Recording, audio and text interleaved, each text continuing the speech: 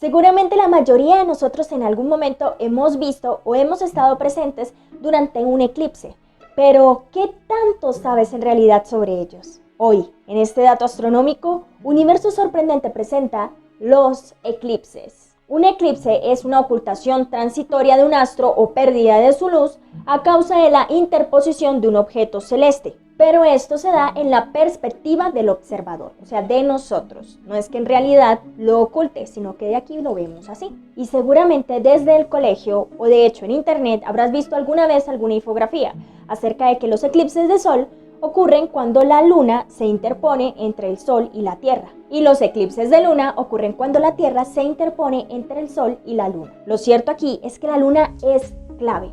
¿Pero por qué? Hay dos características por las cuales la luna permite que los eclipses sean como sean: su tamaño aparente y la dinámica de su movimiento alrededor de la Tierra. Empecemos por su tamaño aparente, y este en realidad es clave para toda la diversidad de eclipses que podemos apreciar desde la Tierra. Nuestra luna tiene un diámetro de 3.476 kilómetros y se encuentra a una distancia media de la Tierra de 384.400 kilómetros. En muchas ocasiones he escuchado a personas decir que la luna tiene una órbita circular. Su órbita no es circular, es elíptica, pero con una muy pequeña excentricidad. Entre menor sea la excentricidad del elipse, más redonda parece. Y por esta razón podemos tenerla en algún momento de su órbita más cerca a la Tierra, en su perigeo, y en otro momento más lejos de la Tierra, en su apogeo. Lo mismo pasa con la órbita de la Tierra alrededor del Sol. Es una elipse con una muy baja excentricidad, así que la Tierra también tiene su perihelio cuando está más cerca al Sol y su afelio cuando está más lejos al Sol. Y bien, gracias a todo esto nos encontramos lo siguiente: el diámetro angular mínimo de la Luna cuando está en su apogeo es de unos 29 minutos 22.8 segundos. El diámetro angular es el tamaño aparente.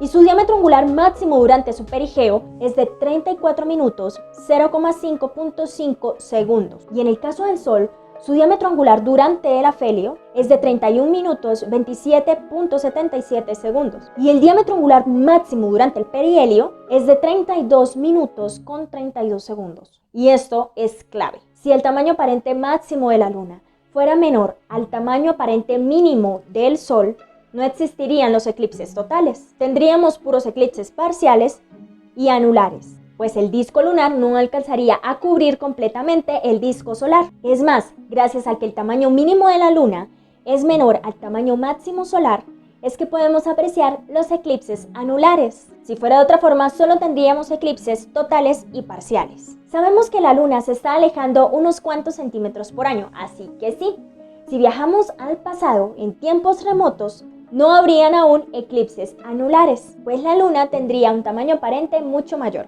Así que haciendo cálculos hacia el pasado, el primer eclipse anular ocurrió en el Proterozoico superior, hace unos 800 millones de años más o menos. Y haciendo cálculos hacia el futuro, tendremos eclipses totales en los próximos 600 millones de años. El otro punto clave es el movimiento dinámico que tiene la Luna alrededor de la Tierra.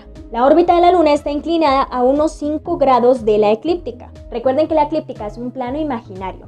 Es ese camino por el que vemos el disco solar atravesar nuestro firmamento. Aunque la órbita lunar no coincide exactamente con la eclíptica, la corta en 2 puntos. Esos puntos se llaman nodos lunares. El nodo ascendente es aquel punto en el cual la Luna cruza del hemisferio sur al hemisferio norte. Y el nodo descendente es el punto en el que la Luna cruza del hemisferio norte al hemisferio sur. Estos 2 puntos son claves, porque para que se dé un eclipse, el Sol, la Tierra y la Luna tienen que estar perfectamente alineados. Y para que estos 3 se encuentren en línea recta, deben pasar 2 cosas. La primera, que la línea de los nodos de la Luna pase por el Sol con respecto a la eclíptica. Y 2, que la Luna esté sobre la eclíptica o muy próxima a ella, a una latitud 0. El periodo de tiempo en el que el Sol se acerca a los nodos se llama temporada de eclipses, y durante el año hay 2 temporadas de eclipses. Si la línea de los nodos fuera fija, los eclipses se darían siempre en las mismas fechas del año, pero por supuesto esto no es así. La línea de los nodos se mueve muy lentamente hacia el oeste, unos 19 grados por año. Por esto, entre cada temporada de eclipses hay unos 173.3 días. Y 2 temporadas de eclipses corresponden a un año eclipse, que equivale más o menos a unos 346.6 días. Es decir, es el tiempo que requiere el Sol para pasar 2 veces por el mismo nodo. Los eclipses de sol siempre se dan en la fase de luna nueva, así que deben estar en conjunción. Desde aquí los vemos como si estuvieran juntitos. Y los eclipses de luna solo se dan en luna llena, es decir, que esté en oposición al sol y la tierra en medio. ¿Y los eclipses son periódicos? Pues sí, sí lo son.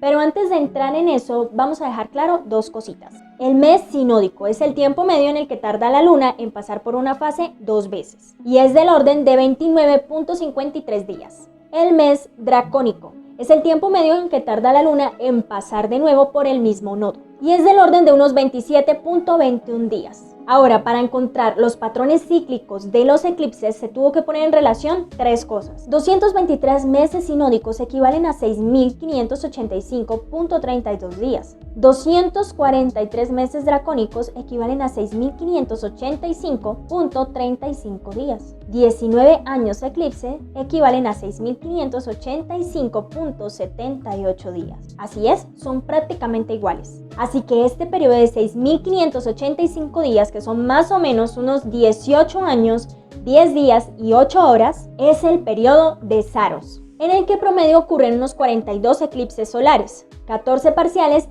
y 28 entre totales y anulares, y 42 eclipses de luna, entre los que habrían 14 penumbrales, 14 parciales y 14 totales. Además, cada 3 periodos Saros, que son aproximadamente 56 años y 34 días, el eclipse se repite en la misma posición geográfica. Ahora, una serie Saros o un ciclo de Saros es mucho más grande, el cual contiene varios periodos Saros de casi 20 años. La serie empieza con un pequeño eclipse parcial en uno de los dos polos, y estos eclipses se van a ir presentando desplazándose hacia el polo contrario. Cuando los eclipses se van acercando a la zona central, va aumentando poco a poco la duración de estos mismos eclipses. Y a medida de que se van alejando de esa zona central para desplazarse hacia el otro polo, empiezan otra vez a decaer el tiempo de duración. Todo este trayecto se demora unos 13 siglos. Así que estos eclipses entran dentro de la misma familia o en el mismo ciclo.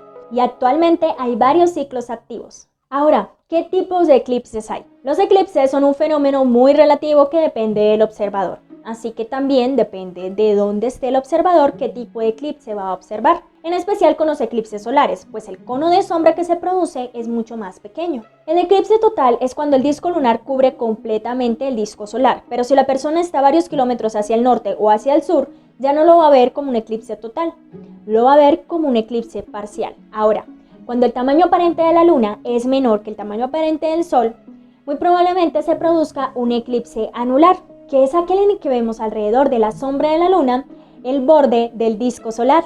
Pero de la misma manera, si la persona está a varios kilómetros hacia el norte o hacia el sur, lo va a apreciar parcial. Pero también hay eclipses parciales para cualquier observador, es decir, que la luna no alcanza a cubrir completamente el disco solar. De eclipses de luna también tenemos 3 clases. El eclipse penumbral, que es aquel en el que no vemos la luna totalmente oscura, sino que se tiñe de un color o se oscurece un poco, puede ser de tonos rojizos o marrones. El eclipse parcial, que es cuando se oscurece también una parte de la luna. Y los eclipses totales es que ya se logra ocultar completamente el disco lunar. El cono de sombra de la luna es muchísimo más grande, por lo tanto se puede ver en una zona muchísimo más extensa. Dan Hong en 1922 diseñó una escala en la cual se puede clasificar las dimensiones de la luminosidad de la luna dentro de un eclipse. Para checar las fechas de los eclipses y dónde van a ser visibles se puede buscar tanto en internet como también en aplicaciones. A mí me gusta usar mucho esta, Eclipse 2.0. En esta podemos encontrar tanto eclipses de luna, eclipses de sol, también tránsitos planetarios. No solo nos dice las fechas, el tipo de eclipse, sino también dónde va a ser visible con una gráfica. Este video no es patrocinado. Esta es la aplicación que yo uso cuando quiero chismosear qué eclipses van a haber durante el año, además de que también nos dice el ciclo Saros al cual pertenece. Y bueno, aquí te dejé algunos datos interesantes acerca de los eclipses. Cuéntame si has aprendido algo nuevo. Espero que les haya gustado muchísimo este video. Si es así, pueden darle un like y compartir. No olviden suscribirse y prender la campanita de las notificaciones para más contenido. Y por aquí les dejo mis redes sociales para que estemos más en contacto. Así que amantes del universo, cuídense mucho, pórtense bien y nos vemos en la próxima. ¡Chao!